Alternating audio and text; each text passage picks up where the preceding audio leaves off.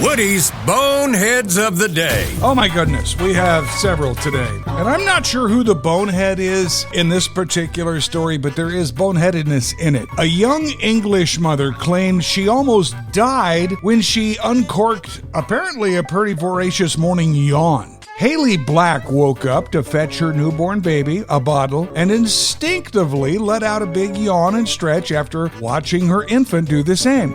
So the 36-year-old woman, when she did that, immediately felt what she called an electric shock sensation shoot through her body, and her arm became stuck in the air. She tells her husband to call 911. He did.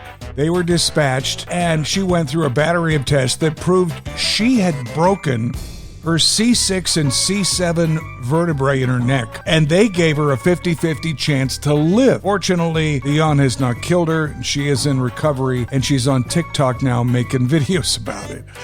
Dateline Lubbock, Texas. Out in the Texas Panhandle, officers frequently are on horseback. And two horseback officers chased down a guy after this moron, and he's the bonehead here for sure, took a joke they were trying to make about a narcotic-smelling horse way too seriously. I guess Officer Trotter made a comment that was more of a joke. Well, I have a narcotic-smelling horse right here.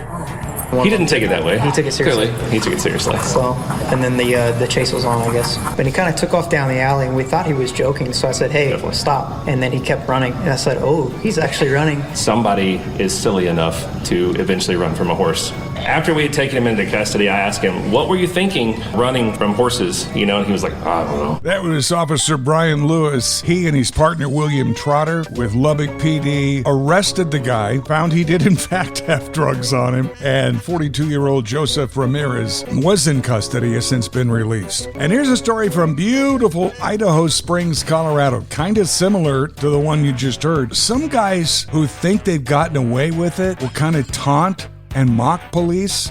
So I've heard, even federal agents. So there's a TV station out in Idaho Springs doing a story about a bunch of multiple robberies in the area. And while they're shooting the story, guess who walks up behind them? Yo, is this him?